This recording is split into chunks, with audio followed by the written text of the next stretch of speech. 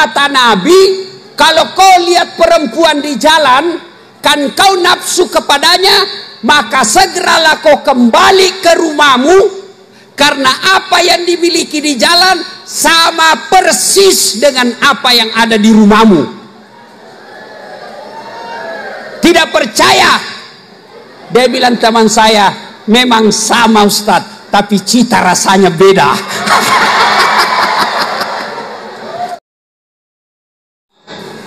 Ada yang datang pasti karena mau lihat Ustadz Das'ad.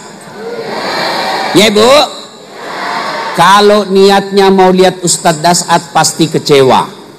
Kenapa? Jelek, kecil, hitam, ceper, pesek. Apa ini jelek?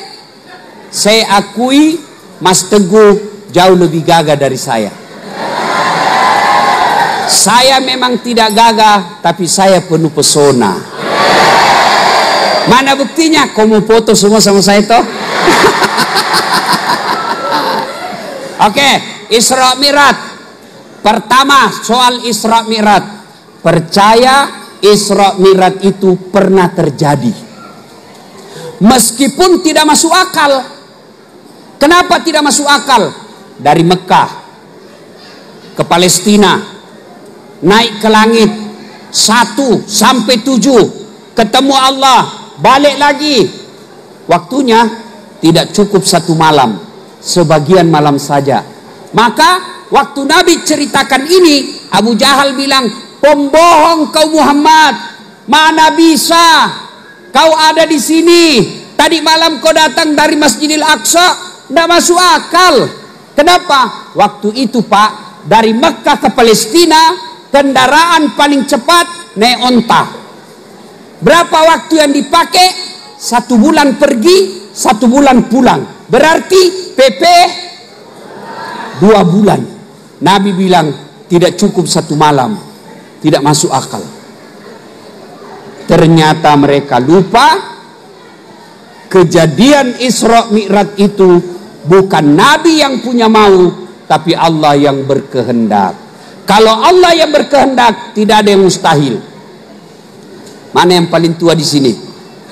Saya lihat yang muka-muka sakaratil maut. Sampean. Piye kabare Mas? Piye? Baik, alhamdulillah. Lu, Bapak kok kehilang gigi ya? Pak, dulu orang menelpon Bapak waktu kecil. Pernah ndak bayangkan orang nelpon tidak pakai kabel? Ndak kan? Dulu waktu Bapak kecil, telepon pakai kabel. Itu pun 2 Pak, 1 di telinga, 1 di mulut. Masih ingat kan sampean? Teleponnya diputar. Halo. Halo. Iya toh Pak? Tidak pernah dibayangkan orang yang ada di Surabaya bisa telepon saudaranya yang ada di Samarinda. Tidak pakai kabel. Tidak pernah dibayangkan orang yang ada di Tenggarong teleponan sama sepupunya yang lagi di Mekah umroh. Hai guys, kita lagi di depan Ka'bah guys. Tidak pakai kabel dan bisa saling melihat. Dulu tidak pernah dibayangkan. Begitu juga Isra Mi'raj. Tidak masuk akal, tapi insya Allah suatu waktu bisa dibuktikan. Nah, berarti kejadian Isra Mi'raj pertama harus yakin pernah terjadi. Kalau Allah berkehendak, tidak ada yang mustahil. Bu, Bu, bisa ndak perempuan hamil ndak pernah disentuh laki-laki? Bisa ndak? Bisa Ustadz. Mana buktinya? Siti Maryam, wanita suci itu Maryam Pak, ndak pernah disentuh laki-laki, lahir Isa alaihissalam. Tidak percaya? Buka Quran, ada. Cuma sekarang banyak perempuan mau saingan Siti Maryam. Ada anaknya, tidak ada suaminya. Beleng-beleng. Pak, Pak, Pak, kalau istri sampean usia 80 tahun masih bisa melahirkan kada? Ah, masih bisa? Jalan aja sudah setengah mati. Masa ada nenek-nenek masih hamil? Nggak mungkin. Iya toh? Iya. Iya. Tapi kalau Allah mau, istrinya Nabi Zakaria sudah tidak haid, melahirkan. Kalau Allah mau. Adek-adek, adek, hei, pernah lihat ikan? Pernah? Bisa ndak manusia masuk perut ikan? Bisa ndak? Dan hidup bisa ndak? Kalau saya orang Bugis, ikan masuk di perutku. Iya toh? Tapi kalau Allah mau, bisa. Mana buktinya? Yunus alaihissalam masuk perut ikan 40 hari keluar hidup. Kalau Allah yang mau. Berarti kalau Allah mau, kejadian Isra Mi'raj pasti terjadi. Tidak ada perlu diragukan. Ya, ujian untuk orang beriman. Lalu kenapa Nabi diisrakan? Isra itu Pak, Makkah, Palestina, itu Isra namanya.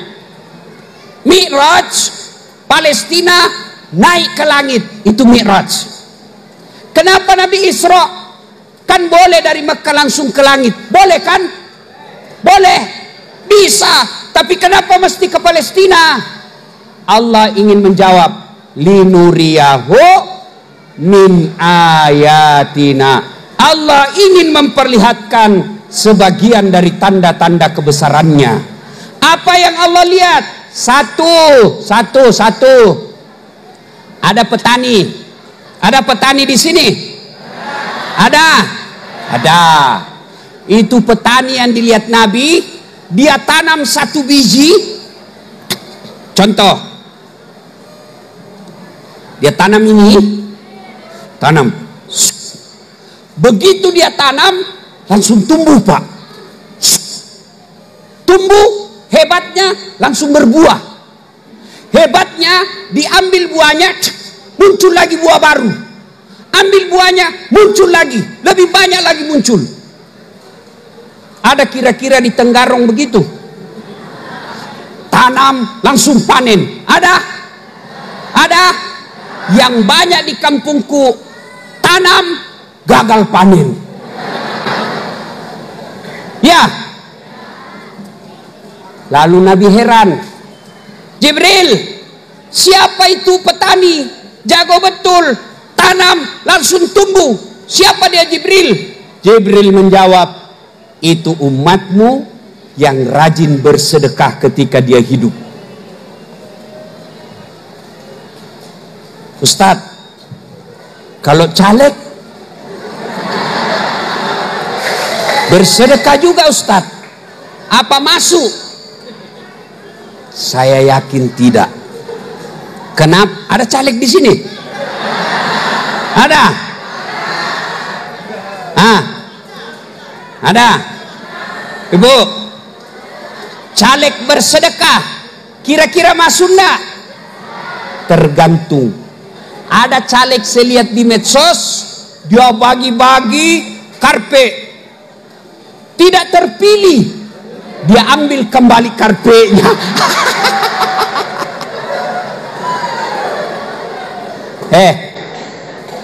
Sedekah lillahi ta'ala. Bagi-bagi jilbab, bagi-bagi sarung, bagi-bagi serangan fajar, bagi-bagi sembako. Tapi kalau niatnya supaya dicoblos, tidak masuk kategori ini. Tapi jangan kau salahkan calegmu. Saya lebih salahkan masyarakatnya. Orang caleg pergi sosialisasi, apa dia bilang masyarakat? Wane piro. Hei, dengar ini yang sudah terima wan caleg dan pilpres. Dengar kau. Kata Nabi, kau sudah makan itu 300.000, hanya api neraka yang bisa mencuci itu perutmu. Yang kedua, kalau kau tidak coblos juga, kau sudah ambil uangnya dan kau tidak coblos, supaya kau tidak dapat dosa 2 kali, kau pergi minta maaf sama itu caleg. Sampaikan ke dia, Pak Caleg, maafkan saya tidak coblos kau, ini uangmu. Yang ketawa Pak, saya serius. Jahat ini masyarakat yang begitu Pak. Ada caleg saya kenal Pak, baik sekali. Ada orang kematian dia sumbang mobil. Ada orang pengantin di kampung itu dia sumbang tenda. Ada orang hajatan dia sumbang kursi. Ada orang susah dia bantu, dia perbaiki jalan. Lalu hanya karena ada orang kasih 300.000 dalam malam pencoblosan, dia lupa kebaikan orang yang baik ini. Bagaimana mau terpilih anggota dewan yang baik kalau kau semua mata duitan? Dengar ini, bagi mereka yang terima itu, Nabi bilang hanya api neraka yang bisa mencuci itu dagingmu nanti. Kalau orang korupsi Pak, terima sogok 5 miliar, 10 miliar masuk neraka, masih katanya kayaknya masih lah sudahlah ya, dia nikmati 10 miliar.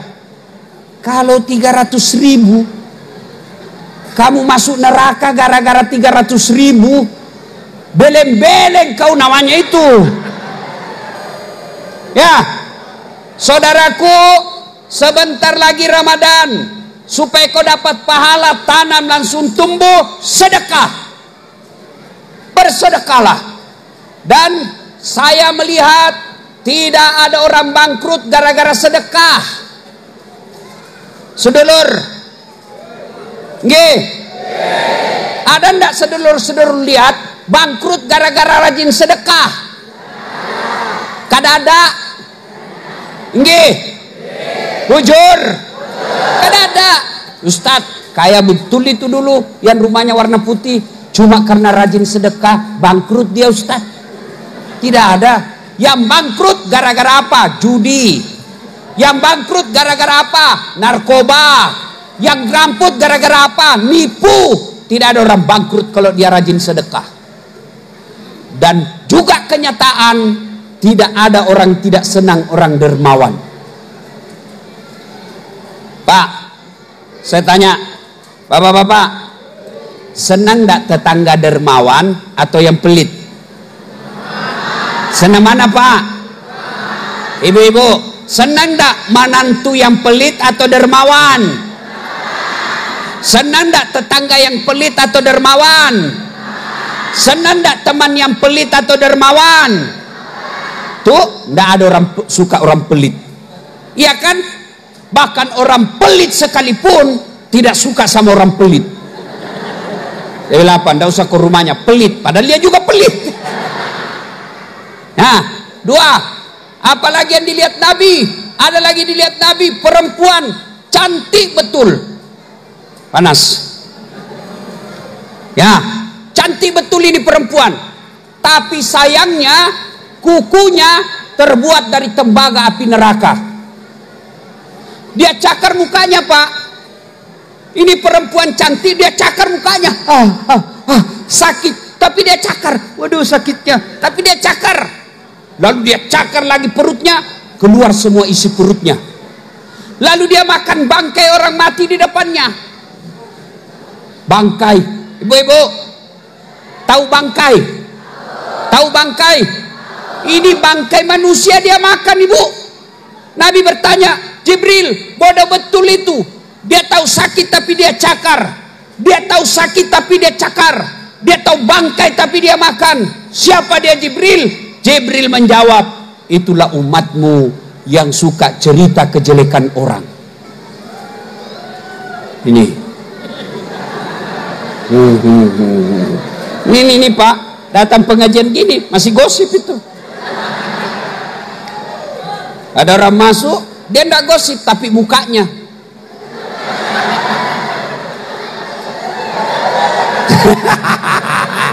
Iya toh? Lewat lagi yang satu. Ada lagi yang satu, lihat. Kau ketawa karena kau begitu kan?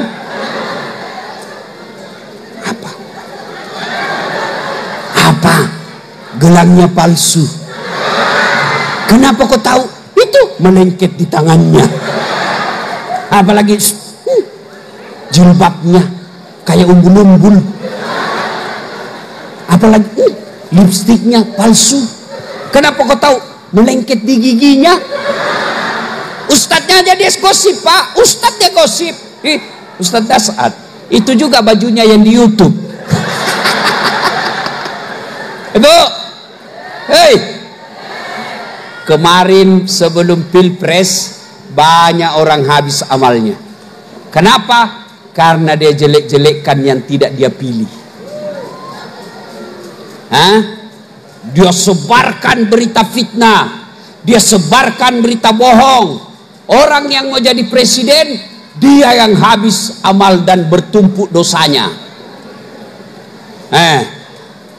Ya, Bu, jangan cerita kejelekan orang. Kalau orang mulai cerita kejelekan, katanya, na'udzubillah min zalik, nggak usah deh urusin dia, belum tentu kita lebih baik dari dia. Nah, itu majelis taklim yang baik. Cuma majelis taklim kita rajin pengajian, tapi tidak ada perubahan akhlak. Seragamnya cantik, tapi akhlaknya busuk. Hei, Ibu, tahu toge? Tahu toge, Bu? Itu toge suka ikut campur. Iya toh? Bikin soto Banjar, ada togenya. Gado-gado, pecel. Makanya karena suka ikut campur, Allah takdirkan toge tidak ada yang lurus, semuanya bengkok.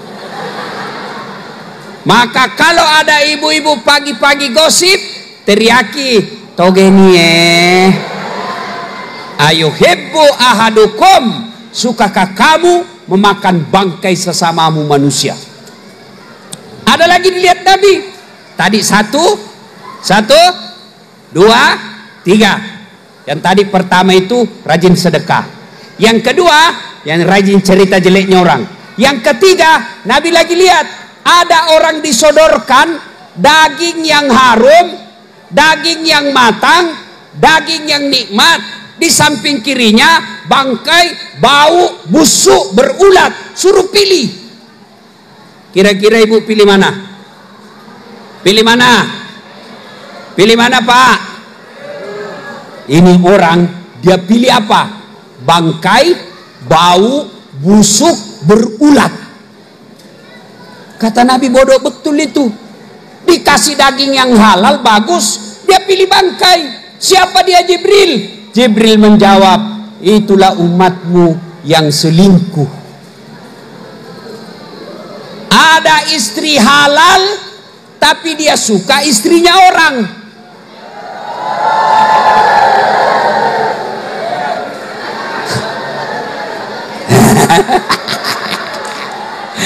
Ada istrinya halal di rumah, dia pergi sama pegawainya. Padahal kata Nabi, kalau kau lihat perempuan di jalan, kan kau nafsu kepadanya, maka segeralah kau kembali ke rumahmu, karena apa yang dimiliki di jalan sama persis dengan apa yang ada di rumahmu. Tidak percaya? Dia bilang, teman saya, memang sama Ustadz, tapi cita rasanya beda.